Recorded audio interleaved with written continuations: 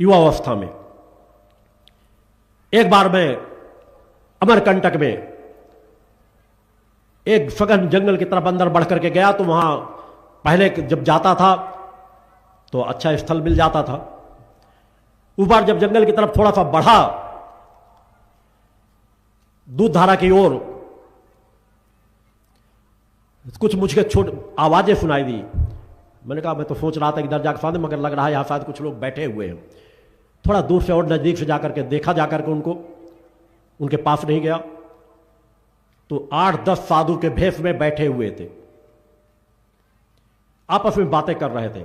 मैं वही झाड़ियों के पास खड़ा होकर शांत से उनकी बातें सुनने लगा, क्योंकि मैंने कहा देखना चाहिए कौन लोग हैं, क्या बातें कर रहे हैं। वो आपस में बातें कर रहे थे, समाज को किस तरह से बेवकूफ बनाया जाता है, हम किस तरह पीढ़ी दर पीढ़ी समाज को बेवकूफ बना सकते हैं। वह धन निकालने वालों का ही गैंग था। बोले, हम परंपरागत अपनी डायरी बनाए हुए हैं, किसी शहर में जाए नई नई कॉलोनियां बन रही होती हैं, जब नींव पड़ जाए तो हम पूरा नक्शा बना लेते हैं, और रात में जाकर के कुछ 1-2 जगहों पर जहां पे हमको अपना औसक नजर आता है, किसके अच्छा परिवार बनवा रहा होगा फिक्र में, वहां पर कुछ ना कुछ चीज अपने सिक्के या कोई ना कोई चीज किसी के माध्यम से वहां पर रात में दबा के चले आते हैं। नक्शा उनके पास होता है। जब मकान बन जाएगा, हर घर में कोई व्यक्ति परेशान होगा, वो अलख निरंजन करते हुए लली बड़ी बड़ी गांजा पी करके आंखें काटते हुए आपके दरवाजे पहुंचेंगे और आपको सब बताना शुरू कर देंगे, आपका दरवाजा इधर, आपका ऐसा व्यक्ति है, ऐसा क्रम है, आपके इस कोने में ऐसा धन गड़ा हुआ है, ऐसी हड्डी गड़ी हुई है, जब तक वो हड्डी नहीं निकलाओगे तब तक आपका घर बर्बाद होता रहेगा, घर बीमार होता रहेगा। और हड्डी तो उन्होंने ही गाड़ रखी है, सब सही जगह नाप जोक करके बता देंगे और निकाल भी लेंगे। ऐसे लोगों के चक्कर में मत पड़ो, सब लुटेरे मानसिकता के होते हैं। उस दिन मुझे जो कुछ करना था, उन्हें जिस तरह मैंने उन्हें डांटा था, क्योंकि वह लोग नहीं है यहां तो बता नहीं सकता, मगर इस तरह के अनेकों लोगों से मेरी यात्रा में कई लोग ऐसे टकराए आकर के मुझसे, जो बड़े बड़े अपने आप को मुंड मालाएं लादे रहते थे, हम 1 मिनट में आपको भस्म कर देंगे, 1 मिनट में आपको नष्ट कर देंगे। ऐसे तांत्रिकों से एक बार नहीं अनेकों बार टकराव हो चुका है।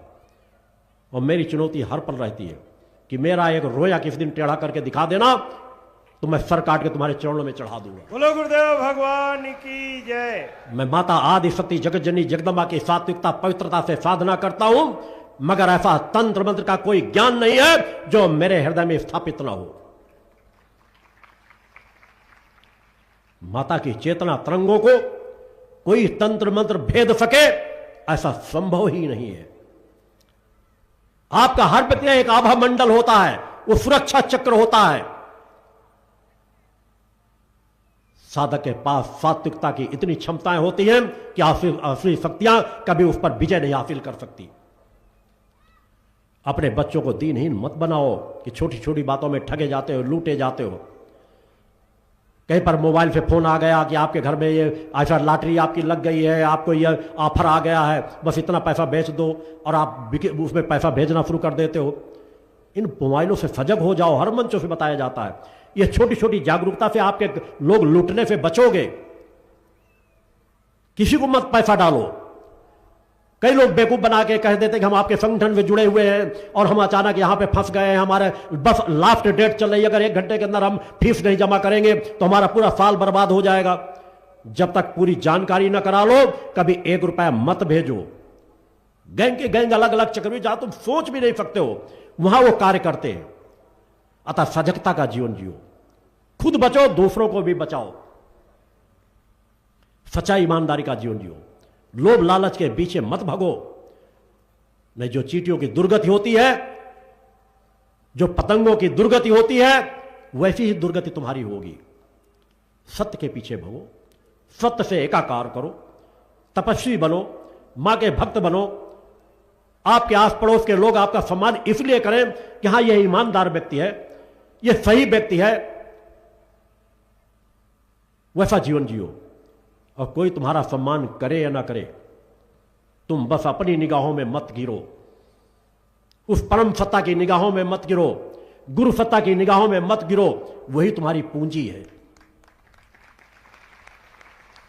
ऐसा जीवन जियो, तभी मां के सच्चे भक्त बन सकोगे। साधना संजीवनी पुस्तक में कुछ सहज मंत्र दिए गए हैं, उन मंत्रों को नित्य प्रति पाठ करो। 30 वर्षों से मां का जो अखंड दुर्गा चालीसा का पाठ चल रहा है, जो अनंत काल के लिए चल रहा है, दिन रात लगातार चल रहा है, जब भी समय हो नए भक्त हैं जो वहां आकर के उस दुर्गा चालीसा का पाठ का लाभ लो। वह समाज कल्याण के लिए चल रहा है। थोड़ी देर बैठने से वहां जो शांति की अनुभूति होगी उसका वर्णन नहीं किया जा सकता।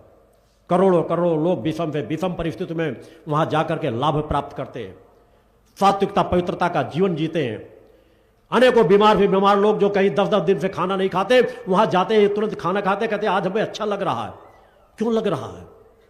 क्योंकि वहां का कण कण चैतन्य हो रहा है।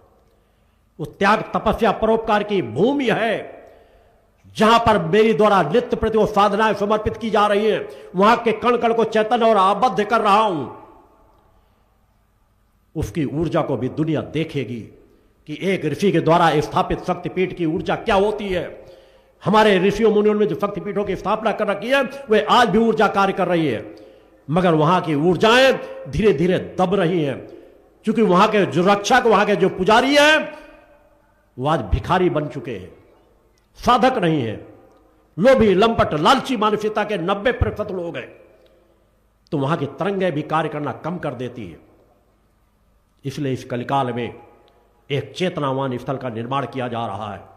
आए लोग परीक्षण जो कर सके, विज्ञान जिस तरह से परीक्षण कर सके, वहां की तरंगों का परीक्षण करके देखे, और बड़े बड़े जो आज वैभव पैसे के बल पर बड़े बड़े मंदिर खड़े कर दिए जाते हैं, वहां की ऊर्जा को देखे, अपने आप को परिवर्तन नजर आ जाएगा। ऋषियों मुनियों के हमारे देवस्थान जो पूर्व के थे, वहां का कण कण चैतन्य है, आज भी कार्य कर रहा है। काल परिस्थितियों में कई बार प्रभाव पड़ता है। जिस तरह आतताइयों ने हमारे प्रभु श्री राम का मंदिर तोड़ा, आज वो वैभव से मंदिर खड़ा है वहां। जब समय का चक्र बदलता है, मां का युग आता है, देवता भी जब मां को पुकारते हैं तो ऐसे ही परिणाम नजर आते हैं।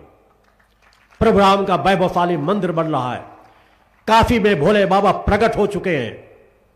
वह स्थान भी मुक्त होगा, मथुरा भी मुक्त होगा, संभल भी मुक्त होगा। यह समय सुनिश्चित रूप से आएगा। आवश्यकता है हम कानून के दायरे में रह करके भी जीवन जिए, मगर अनित अन्याय धर्म समझौता न करें, और अपने देवस्थानों को आजाद कराने के लिए जरूरत पड़े तो अपना सर्वस्व न्यौछावर कर दें। हमें जागना ही पड़ेगा, और कहने मात्र से नहीं। जितना बाहर करें उससे ज्यादा अपने जीवन में अंदर परिवर्तन लाने का सतत प्रयास करते रहो, तप करते रहो। यह पूरी सिर्फ तप के बल पर चल रही है। एक बीज भी जमीन में जब अपने आप को गला देता है, तब वो अंकुरित होता है। तुम्हें भी अपने कुछ सुख सुविधाओं को तो त्यागना ही पड़ेगा, जिनमें तुम लिप्त हो चुके हो। उनसे मुख मोड़ो, और जो असली सुख है, असली तुम्हारी संपदा है, जो तुम्हारे अंदर है, जो मरने के बाद भी तुम्हारे साथ जाएगी, बड़े बड़े वैभव खड़े कर लो। जब मर के जाओगे तो सब कुछ यही रह जाएगा, मगर जितना बड़ा वैभव अपने अंदर खड़ा कर लोगे, जब जाओगे तो वैभव तुम्हारी पूंजी बन करके तुम्हारे साथ जाएगा। बोलो गुरुदेव भगवान की जय। कहीं भी जन्म ले लो, गरीब से गरीब परिवार में जन्म ले लोगे, वहां से आसमान की ऊंचाइयों को छू लोगे। ऐसे संस्कार अर्जित करो। अतः हर पल ऐसा जीवन जियो कि मृत्यु भी आए तो हमारे सत्य पथ पर बढ़ते हुए कदमों की तरफ हो। गिरे तो सत्य की ओर गिरे, असत्य की ओर हमारा सर न गिरे। ऐसा जीवन जियो। मृत्यु के भय का त्याग करके जीवन जियो। जीवन का असली आनंद वही उठा सकता है जो मृत्यु के भय को त्याग दे। आज तो सब मृत्यु के भय से भयभीत रहते हैं। कोरोना आया तो भय भय भय भय। हार्ट अटैक होने वाला तो किसी को थोड़ा सा दर्द होता है, मेरा हार्ट तो नहीं अटैक होने वाला, डॉक्टर को और भगते हैं। कोई सोचता मेरी बीवी बच्चों का क्या होगा, कोई सोचता है मेरे पति का क्या होगा, कोई मेरी पत्नी का क्या होगा, मेरे बच्चों का क्या होगा। कब तक इस तरह के डर में जीवन जियोगे? अरे मृत्यु को जमानी है तभी आएगी जब वो परम सत्ता चाहेगी तभी आएगी। तुम कोई एक दिन उसको नहीं टाल सकोगे, तो उसे भय क्यों खाते हो? फिर तुम्हारी तो आत्मा अजर अमर अविनाशी है। किस तरह का जीवन जीना चाहते हो? एक दिन का जीवन हो, सत्य का जीवन हो, सम्मान का जीवन हो। जब मृत्यु के अंतिम क्षणों पे आओ तो तुम्हारी अपनी स्वयं की आत्मा कहे कि हां, मैंने गलत एक पल नहीं जिया, मैंने सच्चाई ईमानदारी का जीवन जिया है, और अगर नवीन जीवन लेकर के जा रहा हूं तो इससे अच्छा जीवन प्राप्त करूंगा, इससे पीछे का जीवन मेरा नहीं होगा।